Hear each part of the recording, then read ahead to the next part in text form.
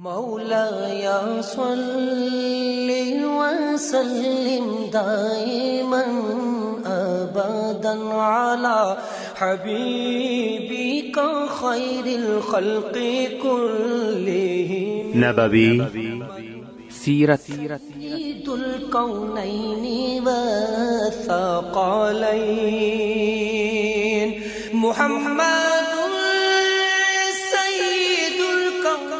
په دې خبرونه کې به تاسو ته د رسول الله صلی الله علیه وسلم د ژوند حالات په تفصیل سره وړاندې شي.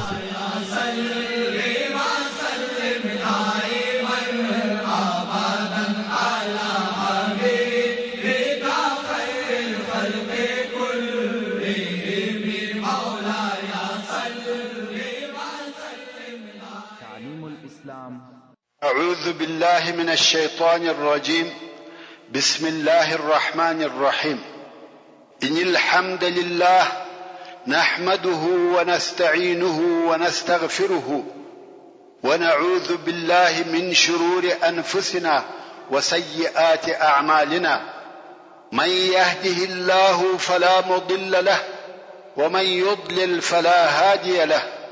وأشهد أن لا إله إلا الله وحده لا شريك له وأشهد أن محمدا عبده ورسوله صلى الله عليه وآله وسلم تسليما كثيرا. أما بعد، فتيرك مجد رسول الله صلى الله عليه وآله وسلم د مبارك ميلاد زيري او عجب حالات بيانول او ومويل چې د صلى الله عليه وآله وسلم د مور د حمل مده بے دردو او تکالیف وو، او کم وخت چې دی علیه الصلاة والسلام پیدا سو پر دواړو لاسو یې تکیه کړې وه او سر یې لوړ نیولی وو لکه آسمان ته چې ګوري.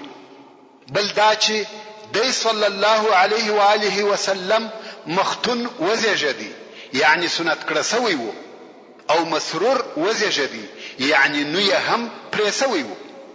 زموږ د کوچنیانو نوخو د مور څخه ورپریږي او هغه پاته بیا څو ورځې وروسته لویږي.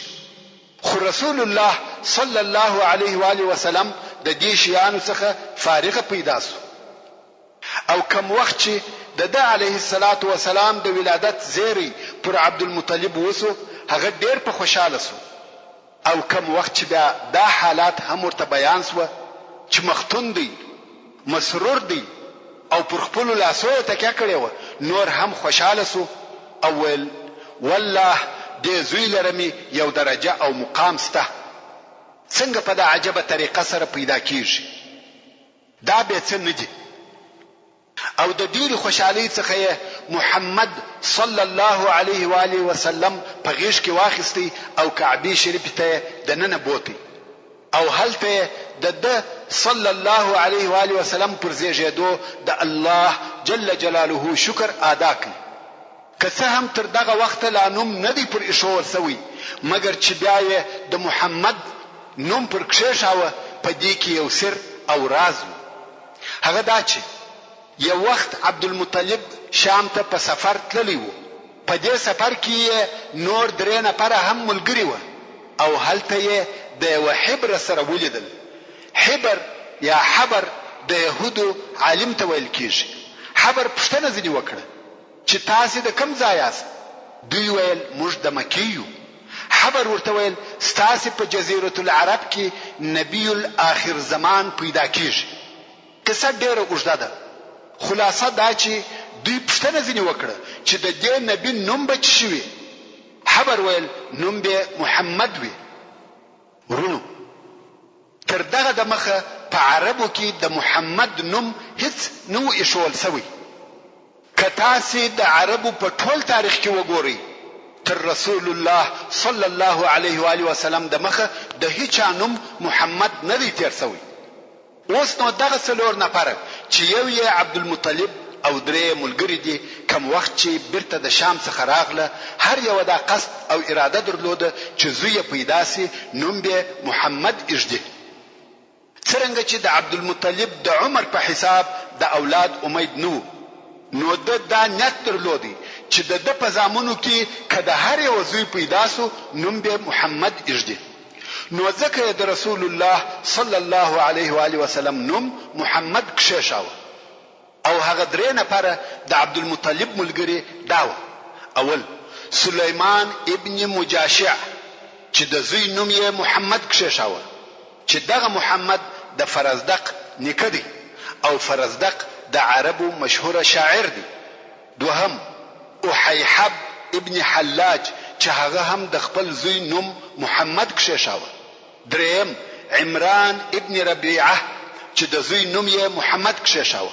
په عربو کې د اول وار دپاره دغه څلور نفره په محمد سره مسما سوي دي، چې دا د رسول الله صلی الله علیه و آله وسلم د نامه سر او سبب وو چې ولې د ده علیه الصلاة والسلام نوم محمد کښېښاوه.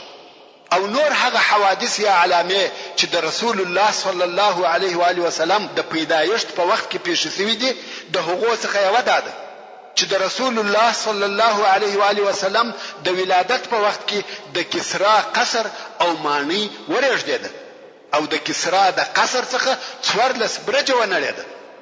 او بل د مجوسیانو یا آتش پرستانو اور مړ سو.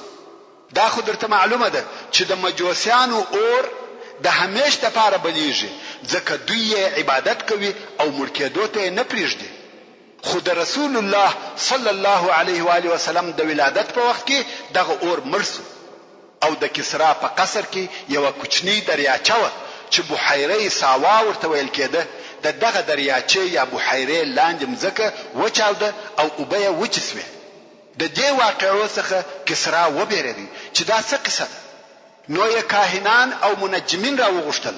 ورونو، ځینې کاهنان د جن او پیرانانو سره ارتباط او تعلق لري، او جن هم ځینې اخبار د آسمان څخه اورېده. بیا به جن دغه خبرونه و کاهنانو ته د دې دپاره ویل چې خلق گمراه کې او په فتنو کې واچوي. او دغه چې جن د آسمان څخه اخبار اورېده موږ ته الله جل جلاله په قرآن کریم کې بیانوي او د سورة الجن په 9 نمبر آیات کې فرمایي: وَأَنَّا كُنَّا نَقْعُدُ مِنْهَا مَقَاعِدَ لِلسَّمْعِ. دا خبره پیرانان کوي او وایي موږ په خوا و د آسمان ته د ناستې په ځایو کې کښېنستلو د پاره د دې چې یو خبر واورو. خو د رسول الله صلی الله علیه و آله وسلم په بعثت سره پر پیرانانو دغه د اوریدلو لار بنده سوه. نو کم وخت چې کسرا د کاهنانو څخه پوښتنه وکړه چې دا څه قصه ده، ځینو کاهنانو ورته وویل چې دا واقعې د نبي د ولادت په سبب پیښې سوې. کسرا پوښتنه وکړه چې دغه 14 برجه ولې ونړېده. کاهنانو وویل چې د دې مقصد دا دی چې 14 پاچاهان به نور هم د فارس تیریږي، بیا نو د فارس پاچاهي ختمیږي. کسرا ویل 14 پاچاهان به نور هم راځي، بیا نو د فارس پاچاهي ختمیږي.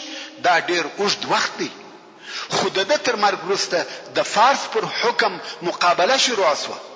په 4 کلو کې 10 پاچاهان رد او بدل سوه، چې دا ټوله د فارس د حکم د زائلېدو علامې وې. ورونو، د رسول الله صلی الله علیه و آله وسلم نسب یا شجره 3 حصې لري، چې اوله حصه یې تر عدنان پورې رسیږي او پر دغه حصه د سیرت او انسابو ټول علما اتفاق لري. او هغه داسې ده: محمد ابن عبد الله ابن عبد المطلب، چې دغه عبد المطلب اصلي نوم شیبه دی. ابن هاشم چې اصلي نوم یې عمر دی. ابن عبد مناف چې اصلي نوم یې مغیره دی. ابن قصي چې اصلي نوم یې زید دی. ابن کلاب ابن مره ابن کعب ابن لؤي ابن غالب ابن فهر. او دغه فهر هغه څوک دی چې قریش یې لقب او د قریشو د قبیلې نسبت هم ودته کیږي. اوس نو فهر ابن مالک ابن نظر ابن کنانه ابن خزیمه ابن مدرکه ابن الیاس ابن مضر ابن نزار ابن معد ابن عدنان. او د رسول الله صلی الله علیه و آله وسلم د نسب دوهمه حصه کم چې تر عدنان لوړ دی او بیا تر ابراهیم علیه السلام پورې رسیږي، په هغه کې اختلاف سته. څوک یې قبلوي او تاییدوي او څوک څه نه پکښې وایي چپ پاته دي. خو په دې کې شک نسته چې عدنان د ابراهیم علیه السلام د اولادې څخه دی او هغه نسب داسې دی: عدنان ابن عد ابن همیسع ابن سلامان ابن عوس ابن بوز ابن قموال ابن ابي ابن عوام ابن ناشد ابن حزا ابن بلداس ابن يدلاف ابن طابخ ابن جاحم ابن ناحش ابن ماخي ابن عيض ابن عبقر ابن عبيد ابن الدعاء ابن حمدان ابن سنبر ابن يسربي ابن يحزن ابن يلحن ابن أرعوي ابن عيض ابن ديشان ابن عيصر ابن أفناد ابن أيهام ابن مقصر ابن ناحس ابن زارح ابن سمي ابن مزي ابن عوضة ابن عرام ابن قيدار ابن إسماعيل ابن إبراهيم عليه السلام.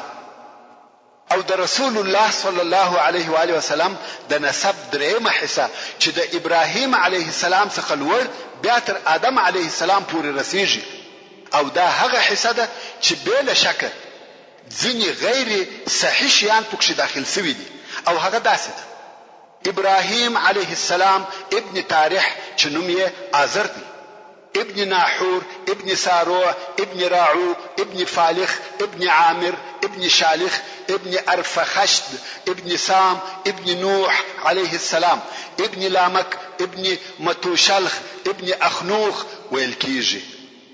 ابن اخنوخ ویل کیږي چې دغه اخنوخ ادریس علیه السلام دی. بانو ادریس ابن يرد ابن مهلائيل ابن قينان ابن آنوشا ابن شيس ابن آدم عليه السلام. دا خو د رسول الله صلی الله علیه و آله وسلم شجره یا د نسب بیان سو. ورونو اوس به د رسول الله صلی الله علیه و آله وسلم د تی رودلو تربیه او لویدو په باره کې یو څه معلومات درته بیان سي. هغه داسې: کم وخت چې به د قریشو نر اولاد پیدا سو هغه به په مکه مکرمه کې نه لویاوه او د دې کار هم څو سبب و. یو سبب دا و چې مکه مکرمه ته د هر ځای څخه خلق راتله او ځینې خلق به د ډېرې مودې لپاره په مکه مکرمه کې پاته کېده لکه دا اوس چې هم دغسې ده او د قریشو سره به راکړه ورکړه او راشه درشه درلوده او هغه حلقان چې په مکه مکرمه کې بلویده د هغو ژبه به د دغه اختلاط په سبب په سل کې سل خالصه او فصیحه عربي نه وه. د هغه بیگانه خلقو د اخلاق او ژبې تر تاثیر لاندې کېده. نو د دې جهته قریشو دا شبلل چې د دوی اولادونه تر مکه مکرمه د باندې لوی سي. دا د دې لپاره چې ژبه پر فصیحه عربي واوړي. کوم وخت چې به د ژبې د زده کولو عمر تیر سو بیا به بیرته مکه مکرمه ته راوسته ځکه بیا به دغه نورو خلقو د ژبې تر تاثیر نه لاندې کېده. او بل سبب دا و چې قریشو غوښته چې د دوی اولادونه سخت سري او د مشکلاتو زغم او تحمل ولري، د سختیو او تکالیفو سره عادت ولري ځکه د دوی په مخ کې جنگونه او سفرونه و. دوی نه غوښته چې اولادونه په ښار کې نازک او پاسته لوی سي ځکه هغه کسان چې په ښارو کې لوی سي نرم پاسته او نازک طبیعت وي د تکالیفو او مشکلاتو تحمل نسی کولای. نو دا سختی او تکالیف په صحراو کې و. د صحرا خلق سخت سری او متحمل وي. او دریم سبب داو چې مکه مکرمه ښار او دینی مرکز و. د هر ځای څخه قسم قسم خلق ورته راتله او دې خلقو د خپل ځانو سره قسم قسم مرزونه راوړل مګر صحرا د مرزو څخه پاک وي. که اطرافي خلق د ښاري خلقو سره مقایسه سي په هغو کې مرض کم او نادر پیدا کیږي. نو په دغه څو سببو د قریشو دا خوښه وه چې اولادونه یې تر مکه مکرمه د باندې لوی سي. نو ځکه خپل کوچني اولادونه یې د صحرا ودایګانو ته ورکول چې هغه یې صحرا ته بوزي او هلته یې لوی کړي. بیا چې به لوی سوه نو بیا بیرته مکه مکرمه ته راوسته او د صحرا خلقو بیا دا کار د رزق د پیدا کېدو دپاره کاوه. خدایګانو پر دې کار تنخواه او معلومه مزدوري نه اخیسته. دا یې عیب باله چې د شیدو قیمت واخلي د کوچنی د اخیستلو په وخت کې پر کم مبلغ تنخواه یا د شیدو پر بدل هیڅ اتفاق نه کېږي. خو بیا څه موده ترمنځ او په آخر کې د کوچنی د مور او پلار د طرفه ودایي ته هدیه او سوغاتونه ورکول کېده چې په هغه هدیو به دایګانو خپل گزاره کول او دغه د صحرا دایګانی به څه موده ترمنځ و مکه مکرمه ته راتلې او هغه نوی پیدا شوی کوچنیان به ورسره بیول. په دغه وخت کې چې رسول الله صلی الله علیه و آله وسلم و دنیا ته تشریف راوړي د بنی سعد څخه دایګان راغله چې په مکه مکرمه کې نوی پیدا شوی کوچنیان ورسره بوزي. د دوی په جمله کې یو شذ یا دایي و چې نوم یې حلیمه و او د میړه نوم یې حارث و. نو دایګان راغله چې د تی کوچنیان واخلي او بویسي. د بنی سعد قبیله ټول غریبان و، خاصتا په دغه کال چې بارانونه هم نه و او وچکالي و. په دوی کې بیا حلیمه ډیره غریبه و. حلیمه خپل کوچنی د چزوی هم درلودي او په قریشو کې ګرځي چې یو بل کوچنی هم پیدا کی او دغه خپل زوی سره تی ورکی. خو حلیمه په خپل وایي چې د ډیرې لوږې او غریبۍ په سبب می دون شیدې نه درلودې چې دغه خپل زوی په موړ کم. نو څنګه به دا بل کوچنی ورسره مړوم؟ مګر احتیاج او غریبۍ و دې کار ته مجبور کړم. نو حلیمه چې د خپل قبیله څخه راتله پر یو خره باندې سپراوه چې دا خره په خپل هم ډیره ډنګره او ضعیفه و. د ضعف په سبب پر لارې تر ټوله قافلې ورسته رهیوه او نور شوز بناره پر وهلې چې حلیمه جرسه ودې زندول او حلیمه چې به هر څه کوشش وکړي چې خره چابکه سي هغه نسوای تلای. خیر په ډېر تکلیف یې ځان و مکه مکرمه ته ورساوه. اوس نو په مکه مکرمه کې دایګانی کور په کور په کوچنیانو پسې ګرځي او هر دایي چې د رسول الله صلی الله علیه و آله وسلم مور امینه ته راسي او په دې پوسې چې هلک یتیم دی په پټه خوله پریږدي. دا ځکه چې دایګانو په اول کې د تنخواه یا مزدوري خبرې نه کولې او امید به ټوله وهغه هدیو او سوغاتو ته چې په ورسته کې ورکول کېده. نو چې په بسوي چې هلک یتیم دی پلار نه لري نو ویل مور به مشته څه هدیه راکړي. نو به په پټه خوله هلک پریښاوه د کوره به ووته. دایګانو داسې فکر کاوه چې نیکه دونه غمخور نه دی لکه پلار او مور دونه عاید نه لري نو مشته څه نشي راکولای. نو ټول دایګانو محمد صلی الله علیه و آله وسلم پریښاوه. راسي چې دغه قصه په خپل و حلیمه ته پریږدو چې دا به په تفصیل سره راته بیان کی. حلیمه السعدیه وای زه د خپل وطن څخه د خپل میړه او کوچنی د تی د زوی سره د بنی سعد د شذ په ملګرتیا راووتم چې موږ ټول د تی کوچنیان غوښته او دا داسې وچکالو چې موږ ته د خوړلو د پاره هیڅ شی نه راپات. زه پر یوې خرې سپراوم او زموږ سره یو زړه اوشه د لوشلو د پاره را سره و چې د دې شیدې به زموږ او زموږ د کوچنی د پاره غذا وي. خو هغه هم په والله د لوږې یو څاڅکی شیدې نه کولې او موږ ټول شپه د خپل کوچنی د جړا د لاسه خوب نسوای کولای چې د لوږې به جړل. نظم په تکي څو چې دای په مورسي او نظم اوښ شیدې کولې چې ودته ورکو او موږ ټول د باران په امید وو چې بارانونه وسی او کال آباد سي. خیر زه پر دغه خپل خره راووتم چې د خپل ټول ملګرو د پاره تکلیف او دردسر و ځکه زما خره ډنګره او د ضعف د لاسه پر لار نسوای تلای. د ملګرو به می دغه نارې وي چې حلیمه جرسه او جرسه. خیر مکه مکرمه ته را ورسېدو او موږ ټول په کورو کې په کوچنیانو پسې ګرځو. په موږ ټولو کې داسې ښځه نه و چې وهغې ته دي د محمد صلی الله علیه و آله وسلم د اخیستلو نوي ویل سوي. خو چې دا به ورته ویل چې یتیم دی هر یوې پریښاوه ځکه موږ د کوچنی د پلار څخه د هدیو او تحفو امید درلودي. خو کوم وخت چې به دا راته وویل سوی چې هلک یتیم دی نو موږ به ویل چې مور او نیکه به څه راکړي. نو موږ ټولو په دغه سبب نه اخیستی. په آخر کې په موږ ټولو کې یو شته هم نسو پاته چې یو کوچنی دی پیدا نکي بل ما څخه.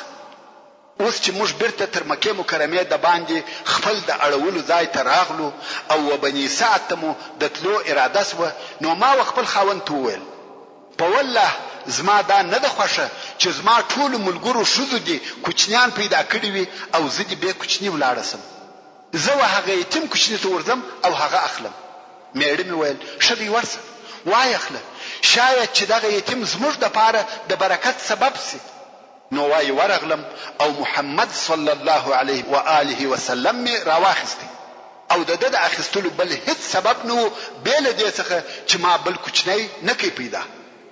کوم وخت چې می دی صلی الله علیه و آله وسلم راواخستی او خپل ځای ته راغلم او تیته می ورواچاوه چې می زما د خوشي سره سم شیدې پر الکړه. د تر هغه راودلې چې مړې دی او د ورور چې زما زوی وو هغه هم تر مړېدو ورودلې او بیا دواړه بدسو. حال دا چې زموږ کوچنی تر دغه د مخه د لوږې نسوای بيدېدلی او بیا مې میړه و هغه زړې اوښې ته ورولار سو چې ویل وشي. د اوښې څخه یې دونه شیدې ولوشلې چې ما او د تر مړېدو وڅښلې. دا شپه ښه په خیر را باندې تېره سوه. حلیمه وایي په سهار کې زما ملګرو ښځو راته ویل یا حلیمه په والله مبارک او د برکته ډک کوچنی دی اخیستی دی. ما ویل زما هم دغه امید دی. حلیمه وایي په دغه سهار زه پر هغه خپلې خرې سپره سوم، محمد مې هم را سره واخیستی او د خپل کلي پر طرف رهي سو. په والله خره مې زما تر ملګرو دونه د مخه سوه چې د هغو خره نسوای پسې رسېدلی. تر څو چې ملګرو مې راته ویل یا حلیمه یو څه صبر وکړه، آیا دا ستا هغه خره نه ده چې د هاخوا پر راغله؟ ما ویل په والله هغه ده. دوی ویل په والله یو څه ورته پیښه ده. حلیمه وایي بیا نو موږ و بني سعد ته و خپلو کورو ته ورسېدو او د الله تعالی په مځکو کې د باران د نه کېدو په سبب زموږ تر ځای وچ ځای نه و. خو بیا هم زما پسونه چې به راغله ماړه او غولانځې به د شیدو ډکې وې. موږ به خپلې میږې لوشلې او شیدې به مو چښلې، خو بل چا د خپلو پسو څخه یو څاڅکی شیدې نسوای لوشلی او نه د میږو په غولانځو کې څه وه. تر داسې اندازې چې زموږ د کلي خلقو به و خپلو شپنیانو ته په قهر او غضب سره ویل تاسې پسونه وبښو ته نه بیایاست، پسونه هلته بیایاست چیرې چې د حلیمې پسونه پیول کیږي. چوپانانو به ورته ویل په والله زموږ او د حلیمې پسونه یو ځای ګرځي. خو بیا به هم د دوی پسونه وږي راغله او یو څاڅکی شیدې به نه کولې، خو زموږ پسونه به ماړه او د میږو غولانځې به د شیدو ډکې وي. زموږ دغه حال و. د الله جل جلاله د طرفه خیر او برکتونه را باندې اورېدل. څو 2 کاله تیر سوه. حلیمه وایي د محمد صلی الله علیه و آله وسلم جسم او بدن نسبت و نورو کوچنیانو ته مخالفه وده او پرورش کاوه. د عمر یې 2 کاله لا نه و پوره سوي، داسې معلومېدی لکه د 5-6 کالو هلک. صحت او عافیت کامل او سالم و. په خبرو کې یې فصاحت و، خبرې یې سمې او پوره کولې. کوم وخت چې د علیه الصلاة والسلام 2 کاله پوره سوه مور ته مو وروستی او عادت همدا و چې دایګانو به هلکان پس د 2 کالو خپل مور او پلار ته وروستل. خو ځینو پلرو به د 2هم وار دپاره بیا دغه کوچنی ودایي ته ورکړي چې څه موده دې نوره هم په صحرا کې تېره کړي، او ځینو خلقو به پر دغه 2 کالو بس کړه. نو اوس حلیمه هم محمد صلی الله علیه و آله وسلم و مکه مکرمه او خپل مور ته راوستي، مګر کوشش کوي چې بیرته د ځان سره بوزي.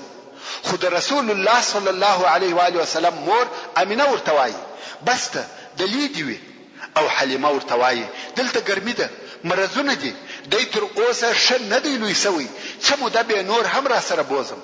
حلیمه وایي موږ دا کوشش کاوه چې بیرته را سره بوزو، ځکه موږ په دې کې هغه برکتونه لیدلی و څو په آخر کې مو د محمد صلی الله علیه و آله وسلم مور راضی کړه چې بیا یې را سره بوزو، او 2هم وار مو بیا بني سعد ته راوستی. ورون دلته به ستاسې د معلوماتو د زیاتوالي دپاره د رسول الله صلی الله علیه و آله وسلم رضاعت او رضعي ورونه او خوندې در وښول سي.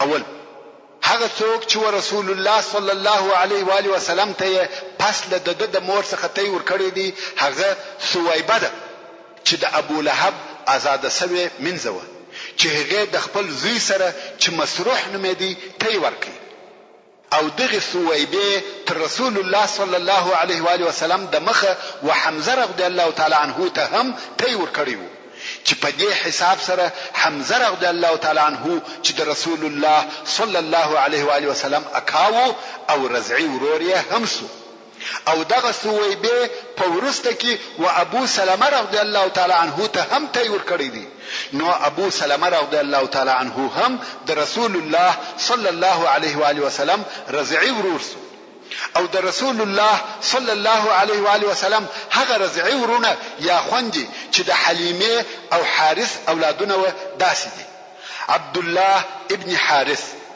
انیسه بنت حارث یا انیسه بنت حارث حذافه بنت حارث چې په شیما سره مشهوره ده او دغه حلیمه د ابو سفیان ابن حارث ابن عبد المطلب دایي هم و چې ابو سفیان ابن حارث د رسول الله صلی الله علیه و آله وسلم د اکا زوی وو او رضعی ورور یې هم سو همدارنګه حلیمه السعدیه وحمزه رضی الله تعالی عنه ته هم تی ور کړی دي چې حمزه رضی الله تعالی عنه د رسول الله صلی الله علیه و آله وسلم د دوو طرفو رضعی ورور سو یو د سویبه د طرفه او بل د حلیمه السعدیه د طرفه اوس به بیرته خپلې قصې ته راسو حلیمه وایي د محمد صلی الله علیه و آله وسلم تر دوهم وار راوستلو سمو د ورسته د محمد صلی الله علیه و آله وسلم د تی یا رضعی ورور وارخطا او پزغستا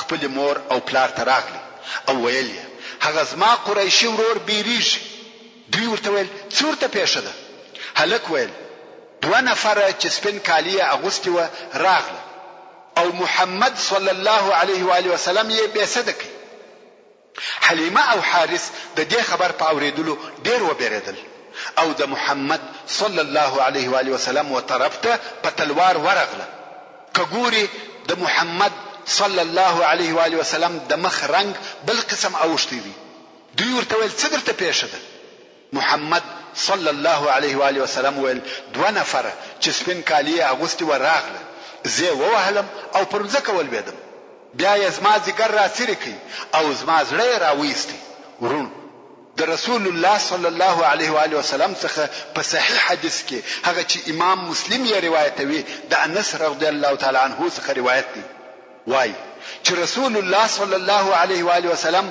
د کوچنیانو سره لوبي کولې چې جبرئیل علیه السلام ورته راغلی دی علیه الصلاة والسلام یې واخستی او بېسده کړي او د علیه الصلاة والسلام سینه یې ورسره کړه او زړه راوېستی او د هغه څخه یو ټوټه ایسته کړه ویل دا ستاسو د شیطان برخه ده بیا یې دغه زما زړه د سرو زرو په تشت کې د زمزم په اوبو پریولي او بیا یې بیرته د علیه الصلاة والسلام زړه په هغه خپل ځای کې کښېښاوه او سینه یې ور وګنډل او کوچنیان د علیه الصلاة والسلام و مور یعنی دایته پزغستا ورغله چې محمد صلی الله علیه و آله وسلم ووژل سو دوی ژر هلته ورغله ویل ده چې د علیه الصلاة والسلام د رنگ بڼه اوښته ده چې د حدیث شریف لفظ داسې دی عن انس ان رسول الله صلى الله عليه واله وسلم اتاه جبريل وهو يلعب مع الغلمان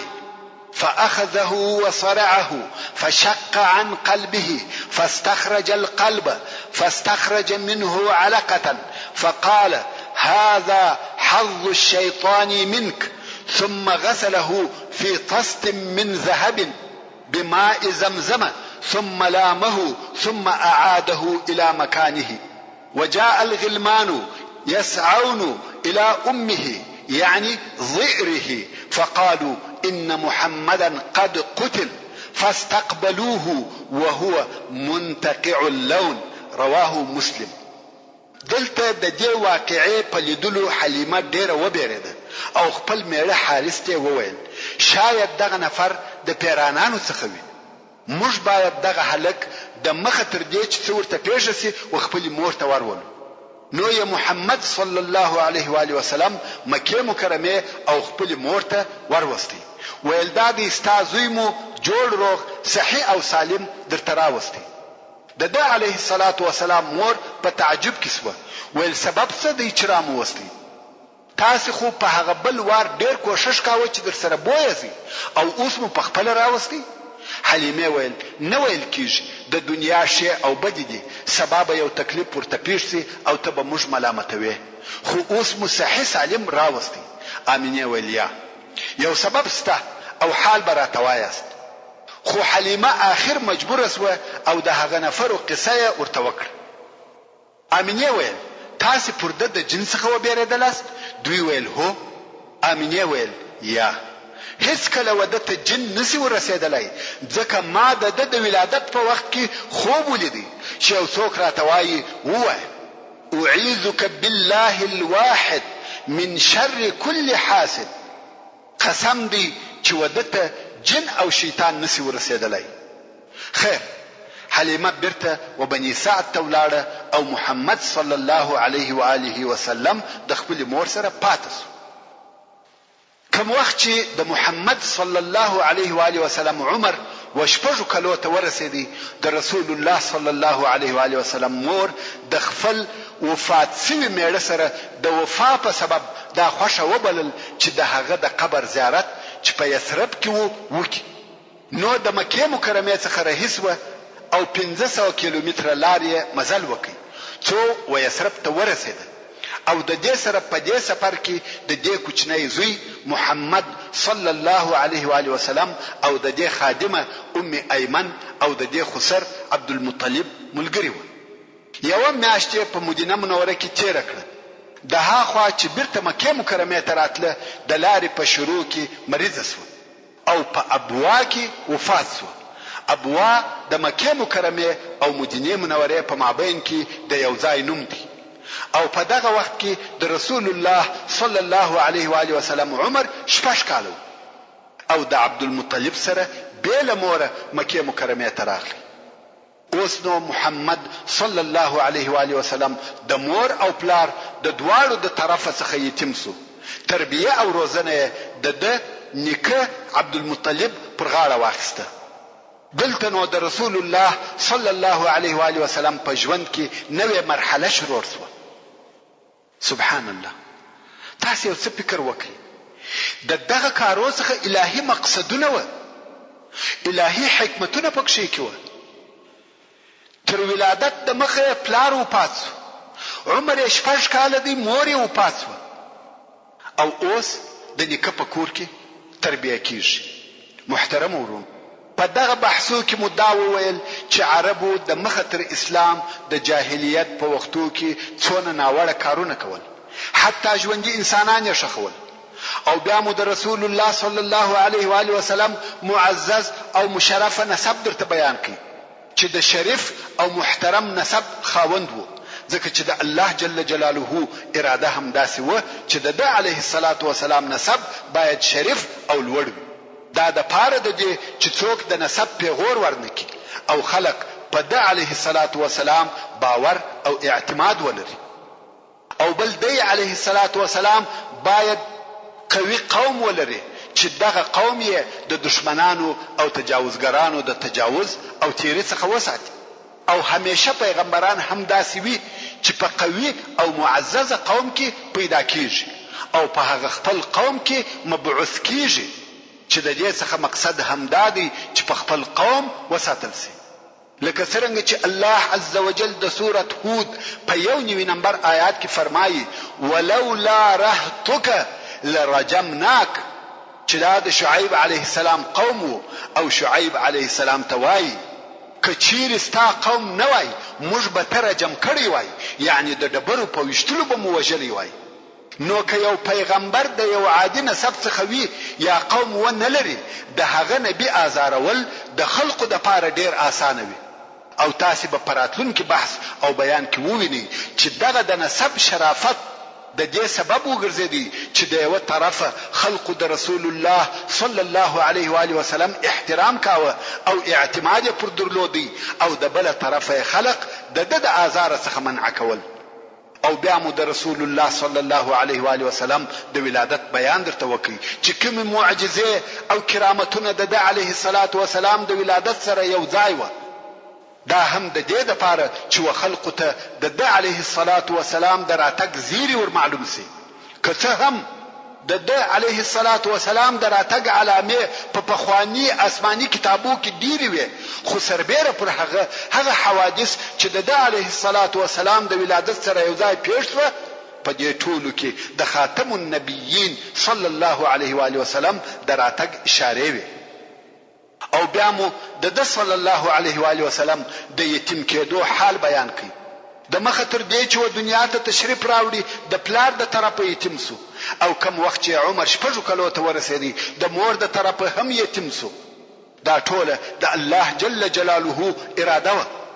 علماء کرام د علیه الصلاة والسلام د یتیم کېدو د پاره ډېر سببونه بیانوي، چې یو د هغو څخه دا دی چې په د صلی الله علیه و آله وسلم کې رحمت، شفقت او مهرباني پیدا سي. ولی که څوک د یتیموالي په حالت کې په خپل ژوند وکړي، هغه داسې نه وي لکه اورېدلی چې وي. په عربي کې مثال دی، وایي لیس الخبر کالمعاینه، اورېدل داسې نه دي لکه لیدل. شنیده کیف ودمانین دیده، دا چې یو سړی د یتیم پر سر لاس تیر کړي یا د یتیم سره کومک وکړي، هغه داسې نه دی لکه خپل ژوند چې په یتیمواله پر تیر سوی وي. د دې دوه په مابین کې ډیر زیات فرق دی. نو الله جل جلاله په دغه یتیمواله سره دی علیه الصلاة والسلام رحیم او مهربانه تربیه کوي. لکه څنګه چې په حدیث شریف کې رسول الله صلی الله علیه و آله وسلم فرمایي ادبني ربي فاحسن تعذيبي، یعنی زما رب ادب او تربیه راکړه او په ښه ادب سره مؤدب کړم. نو تربیه الهی و او الله جل جلاله ښه ادب او ښه اخلاق ورکړه.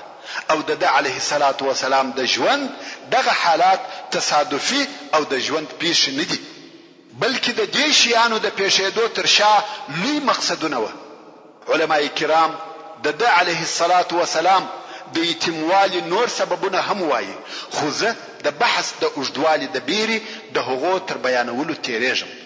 او دا بیان مو هم درته وکړي چې رسول الله صلی الله علیه و آله وسلم په صحرا کې تربیه سو، او د صحرا د تربیه فائدې مو هم بیان کړې چې اول صحت او عافیت دی، او بل د مشکلاتو تحمل دی. رسول الله صلی الله علیه و آله وسلم په ناز او نعمتو کې نه دی لوی سوی.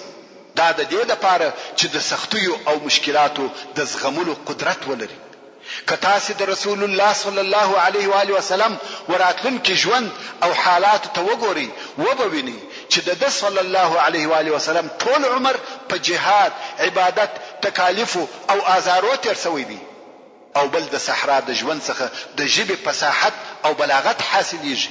د ښاري خلکو ژبه ګډوډه وي، او رسول الله صلی الله علیه و آله وسلم فصیح ترین د خلکو، چې دا هم د بني سعد د ژوند په سبب و.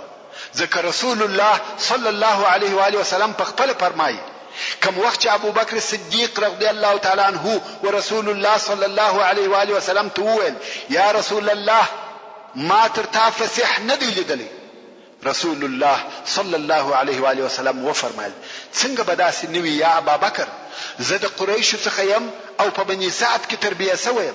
ورونو اول قریش په خپل فصیح و، او بل بني سعد هم په فصاحت کې شهرت درلودي. ورونو رسول الله صلی الله علیه و آله وسلم غریب او مسکین لوی سو، مال یې نه درلودي. خو محمد صلی الله علیه و آله وسلم په نسب مشرفه او معزز دی، خو د مال خاوند نو. او د دې سبب چې د کورنۍ مال نه درلودي دا و چې د عبدالمطلب کورنۍ د حاجانو د خوړو او چشلو مسؤله و. یعنی د حاجانو دغه مصارف چې رفاده او سقایه ورته ویل کېده د دوی پر غاړه. نو ځکه زیات مال نور سره پاتې کېدی. د سخا او ډوډۍ ورکولو په سبب د دوی سره هیڅ مال نو، او سخیان همیشه غریبان وي. یو مثال حاتم طائي دی چې په عربو کې ډیر مشهور سخی وو، خو دوی د سخا په واسطه ډیر غریب وو، ځکه په لاس کې شی نه پاتې کېدی. د عبدالمطلب هم دغه حال وو. د سخا او ورکړې په سبب یې څه نه درلود. نو محمد صلی الله علیه و آله وسلم ولی غریب او مسکین لوی سو؟ په دې کې هم الهي مقصدونه و چې یو د هغو مقصدو څخه دا و چې د مسکین او محتاج په حال خبر وي. ژوند یې د غنیانو او مالدارانو نو چې د فقراو د حال څخه به خبره وي. هو غنی به د خپل مال څخه یو غریب ته یو څه ورکي، خو بیا هم د ژوند هوسا او اسوده وي. نو د غریبانو هغه حقیقي درد او احتیاج نور معلومیږي. نو ځکه الله جل جلاله د صلی الله علیه و آله وسلم د کوشنیوالي څخه په یتیموالي او غریبي اخته کړي. الهي حکمتونه دي الله جل جلاله خپل رسول د رسالت د لوی بار واخیستلو ته آماده کوي. تر سراسي چې دلته یو کوچنی قصه هم درته بیان کړم. وایي یو وخت یو سړی چې فقیر سړی و د رسول الله صلی الله علیه و آله وسلم و مجلس ته ورغلی. په دغه وخت کې د رسول الله صلی الله علیه و آله وسلم و بغل ته یا وڅنګ ته یو بل غنی سړی ناست. دغه فقیر راغلی د دغه غنی و بغل ته کښینستی. په دغه وخت کې چې دا فقیر کښینستی دا غنی خپل کالی یو نوکي سره ورټول کړ. رسول الله صلی الله علیه و آله وسلم پوښتنه ځنی وکړه. د غنی څخه پوښتنه وکړه ویل آیا دا کالی دی په دې سبب راټول کړه چې د فقر وتا ته درنسی او کدی په دې سبب راټول کړه چې ستا غنا و د تور نسی؟ د سړي څخه غلط کار پېښ شوی وو، خطا ځنی پېښه شوی وو. نو دغه خطا د کفاره د پاره ورسول الله صلی الله علیه و آله وسلم تول یا رسول الله زما نیم مالی ده هر څه چې لرم د هغه ټول نیمه ده. رسول الله صلی الله علیه و آله وسلم د هغه غریب څخه د هغه فقیر څخه پوښتنه وکړه ول ایا قبول دي؟ هغه ول یا ول بیریږم چې دغه مال سره دغه غرور هم را ترانسي. ورونو څه متوجه سي دغه قصه په ماهیت کې فکر وکړي. نن ورځ اغنیا په غرور کې ډوب دي، د غریبانو څخه ځانونه ګوښه کوي. حال دا چې غرور د انسان سره نشایي. غرور و چې شیطان یې د همیش د پاره د الله جل جلاله د دربار څخه وشړي. غرور د ځان څخه ایستکی. یو څوک وایي چې ما غرور نه دی کړی، خو بدبختانه چې زه په خپل آشنایانو، په خپل رفیقانو، په خپل دوستانو کې غرور وینم. صرف دا غرور په دغه دی چې څه پیسې لري. که دغه مال او پیسې ځنی ایستکه بیا خوار او ذلیل انسان دی. دغه پیسو غرور ورته راوستلی دی. غرور ایستکی. غرور ډیر بد شی دی. د غرور په وخت کې توبه نه قبليږي او مغرور سړی و توبه ته رجوع نه کوي. او توبه دا ده چې تا دغه سړی په مقابل کې غرور کړی دی، د هغه څخه به بخښنه غواړي چې هغه دې ونه بخښي، ستا توبه نه قبليږي. خیر، کوم وخت چې د رسول الله صلی الله علیه و آله وسلم مور وفات و د علیه الصلاة والسلام تربیه د نیکه عبد المطلب پر غاړه واخیسته، او دا چې د صلی الله علیه و آله وسلم تربیه د عبد المطلب پر لاس و، په دې کې هم لوی حکمت. هغه دا چې عبد المطلب د قریش سردار او د مکه مکرمه رئیس دی. نو همیشه به د قریش او د نورو قبایلو مشران او سرداران د په مجلس کې ناست او حاضر و، او په دې مجلس کې به د لوی کارو د پاره تصمیمونه نیول کېده او فیصله به کېدلې. او د محمد صلی الله علیه و آله وسلم عمر 6 کاله دی. نو د صلی الله علیه و آله وسلم د تعلیمي ژوند شروع په دې سره وسوه چې وویني د خلکو سره څه قسم گزاره او معامله راشه درشه کیږي.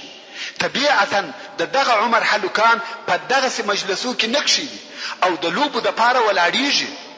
خو رسول الله صلی الله علیه و آله وسلم به همیشه په دغه مجلس کې ناست وو او نه به ولاړ دی.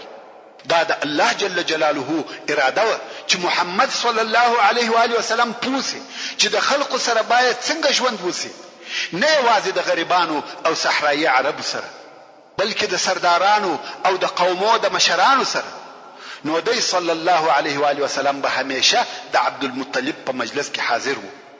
د تاریخ په کتابو کې ذکر شوی دی چې د عبدالمطلب د ناستې دپاره به و کعبې شریفې ته نږدې ځای سمیدی چې هلته به یې د عبدالمطلب دپاره فرش هوار کړي او د عبدالمطلب زامن به د هلته په انتظار ولاړ وه.